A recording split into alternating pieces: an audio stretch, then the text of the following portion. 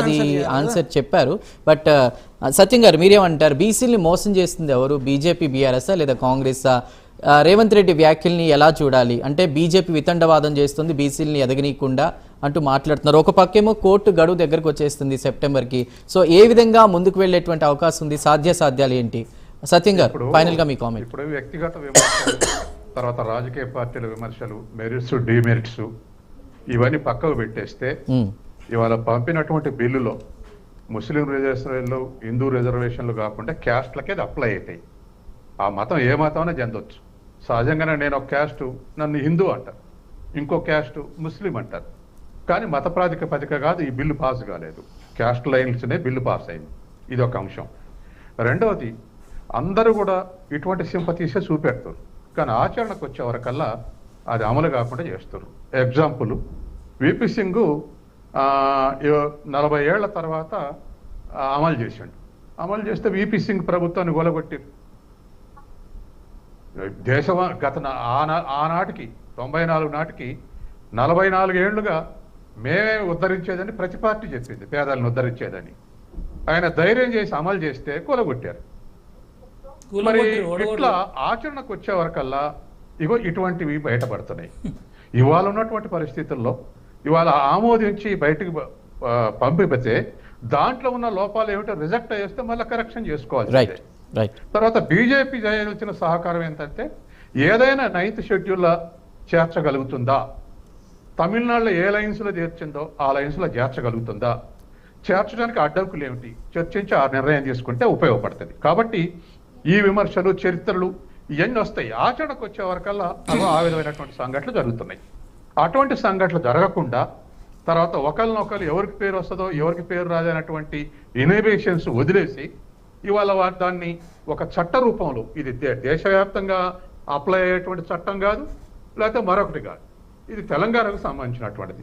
కాబట్టి ఇవాళ ఉన్నటువంటి అందులో బీజేపీ కూడా యాక్సెప్ట్ చేసి ఉన్నది, కులగణన చేస్తామని చెప్పేసి అనౌన్స్ చేసి ఉన్నది. కాబట్టి పెద్ద కాంట్రడిక్షన్ లేదు. ఇప్పుడు చేసిన వాళ్ళు కాంగ్రెస్ వాళ్ళు అయితే చేస్తాం, అసలు రాష్ట్రంలో కాదు జాతీయ స్థాయిలో చేస్తామని చెప్పేసి ఒక పాజిటివ్ లైన్లో బీజేపీ కూడా తీసుకుంది. కాబట్టి ఇవాళ ఉన్నటువంటి పరిస్థితుల్లో అది 9th షెడ్యూల్లో చేర్చగలరా, లేకపోతే ఇప్పుడు మన మిత్రుడు చెప్పినట్టు జ్యుడిషియరీ ముందర నిలబడకపోతే ఏమేమి సవరణ చేసి ఏమేమి రివ్యూ పిటిషన్లు వేసి వాటిని నిలబెట్టుకోవాలి అనేటువంటిది ఆలోచించి సహకరించి ఇది అమలయ్యేటట్టు చూడాలి తప్ప ఒకళ్ళ మీద ఒకళ్ళు అభాండం వేసుకుంటే మళ్ళీ బీసీలు ఎదవలు అయిపోతారు. 75 ఏళ్ల సంది ఎట్లయిరు మళ్ళీ అట్నే అవుతారు. అట్లాగే అమలు చేసిన సింగులు కూడా వెధవం చేశారు, కూలగొట్టి. ఇది జరిగింది. రైట్. ఉపేంద్ర గారు, ఇప్పుడు కాంగ్రెస్ పార్టీ బీసీల కోసం ఒక నిర్ణయాత్మకంగా పనిచేస్తున్నాము, ముందు పోతున్నామని వాళ్ళు చెప్తుంది. ఒక పక్కన భారతీయ జనతా పార్టీ కూడా వాళ్ళు మేము కమిట్మెంట్ తోటి ఉన్నామని చెప్తున్నారు.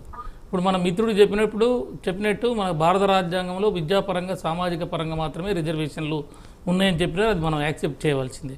కానీ ఈ మధ్యకాలంలో భారతీయ జనతా పార్టీ ఆర్థికపరమైనటువంటి రిజర్వేషన్లు కూడా తీసుకొచ్చారు. వాళ్ళు తీసుకొచ్చి ఏకకాలంలోనే రాత్రికి రాత్రే బిల్లు పాస్ అయింది. ఈడబ్ల్యూఎస్ రిజర్వేషన్ 10% ఈ దేశంలో ఎలాంటి డిమాండ్ లేకుండా, ఎక్కడ ఎవరు అడగకుండా, ఈ ధర్నాలు లేకుండా, మేనిఫెస్టోలు లేకుండా వాళ్ళు బిగిన దాన్ని పాస్ చేసుకున్నారు.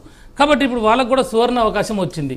ఇక్కడ నుంచి ఈ రాష్ట్రంలో కులగణన చేసినామని చెప్పేసి డెడికేటెడ్ కమిషన్ ద్వారానే చేసినామని చెప్పి పంపించినారు. మీరు కూడా బీసీలకి ఒక పక్షపాతం లేకుండా ఉన్నారు కాబట్టి, బీసీలకు న్యాయం చేయాలని ఉన్నారు కాబట్టి భారతీయ జనతా పార్టీ ఇప్పుడు దాన్ని మీరు అవకాశం ఉన్నది. మీరు ఇప్పుడు గతంలో మనకి ఎట్లనైతే వాళ్ళు చేసినారో తమిళనాడు విషయానికి వచ్చినప్పుడు మన మిత్రుడు చెప్పినట్టు 9th షెడ్యూల్లో పెట్టడానికి పెట్టి ఆ క్రెడిట్ వీళ్ళే తీసుకోవచ్చు కాక. కానీ ఇప్పుడు వాళ్ళు పెట్టిరా వీళ్ళు చేసిరా కాబట్టి న్యాయం జరగాలనేదే సబ్జెక్టు. మన మిత్రుడు ఇంకో మాట చెప్తే ఏమంటే, మనకి కాగా కాల్కర్ కమిషన్ 1951-52 వాళ్ళు చెప్పింది కూడా 3000 కులాలు, 3600 కులాలే. మండల్ కమిషన్ కాడికి వచ్చేసరికి కూడా ఒక 1000 కులాలు అటు ఇటుగా పెరిగినాయి. కానీ ఈ లక్షలు 40 లక్షల 50 లక్షల కులాలు ఎక్కడి నుంచి వచ్చినాయో మాత్రం ఈ బీసీ వర్గాల ప్రజలు కానీ మేధావులకు కానీ ఎవరికి అర్థం కాని అంశం. కాబట్టి నేను అనేది ఏంటంటే, వాళ్ళు రిపోర్ట్ ఏదైనా ఇవ్వచ్చు కాకపోతే ఏంటంటే వీళ్ళు 2 నేషనల్ పార్టీసే ఈ బీసీలని కాపాడాలి, వీళ్ళ చేతిలోనే ఉన్నది. మేము అడిగేది, మా ప్రార్థన ఏంటి అంటే, మీ ప్రాంతీయ పార్టీలుగా మాకు అవకాశం ఉన్న కాడికి మేము అడుగుతున్నాం, చేసినాము. కాబట్టి ఇప్పుడు పార్లమెంట్ అంశం కాబట్టి ఇప్పుడు కాంగ్రెస్ పార్టీ అక్కడ దాకా తీసుకొచ్చింది. కాబట్టి భారతీయ జనతా పార్టీ నరేంద్ర మోడీ గారు బీసీ బిడ్డ కాబట్టి ఇది చేసి ఒక హిస్టారికల్ గా మీరు కూడా నిలబడండి. 9th షెడ్యూల్ తమిళనాడుకి ఇచ్చిన తర్వాత రాహుల్ గారు చెప్పండి. తెలంగాణకి ఇచ్చినామని అన్నగారు చెప్పుకోవచ్చు కదా. చెప్పింది వాస్తవమే. ఇప్పుడు బీఆర్ఎస్ అన్నగారు చెప్పింది వాస్తవమే.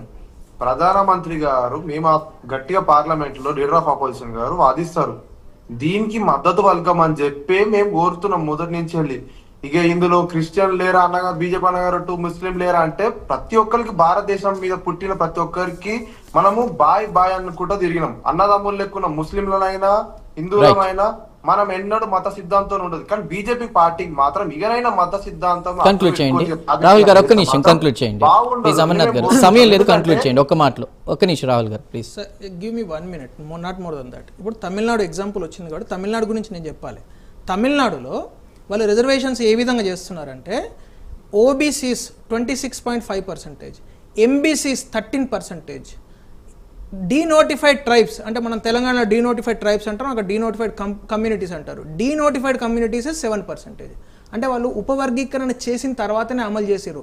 అక్కడ ముస్లిం బీసీలకు 3.5%. అంటే ఈ రోజు మనం పుట్టస్వామి కమిషన్ కావచ్చు, వీళ్ళు కాంగ్రెస్ పార్టీ వాళ్ళు రాసిన ఆ కమ్యూనిటీస్ అన్ని 3.5%. మీరు అదే పని వీళ్ళు ఎందుకు చేయలేదండి? ఈ రోజు మనం భారతీయ జనతా పార్టీ క్వశ్చన్ చేసేదంటే మీరు ముస్లిం మైనారిటీ బీసీలు అనే పదాన్ని చేర్చి దాన్ని కాంప్లికేట్ చేసి రాజ్యాంగ పరంగా అది నిలబడకుండా తయారు చేసి బీసీలను వెన్నుపోటు పొడుచుడు ఎందుకు?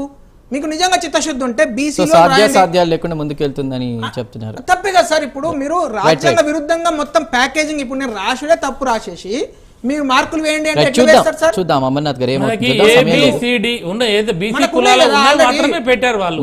దాంట్లో మళ్ళీ ముస్లింల హిందువుల సెకండ్ చర్చ.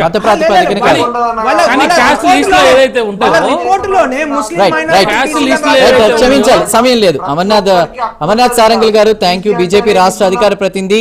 రాహుల్ గౌడ్ గారు కాంగ్రెస్ అధికార ప్రతినిధి థ్యాంక్ యూ. ఉపేందర్ గారు బీఆర్ఎస్ నాయకులు థ్యాంక్ యూ. అందే సత్యం గారు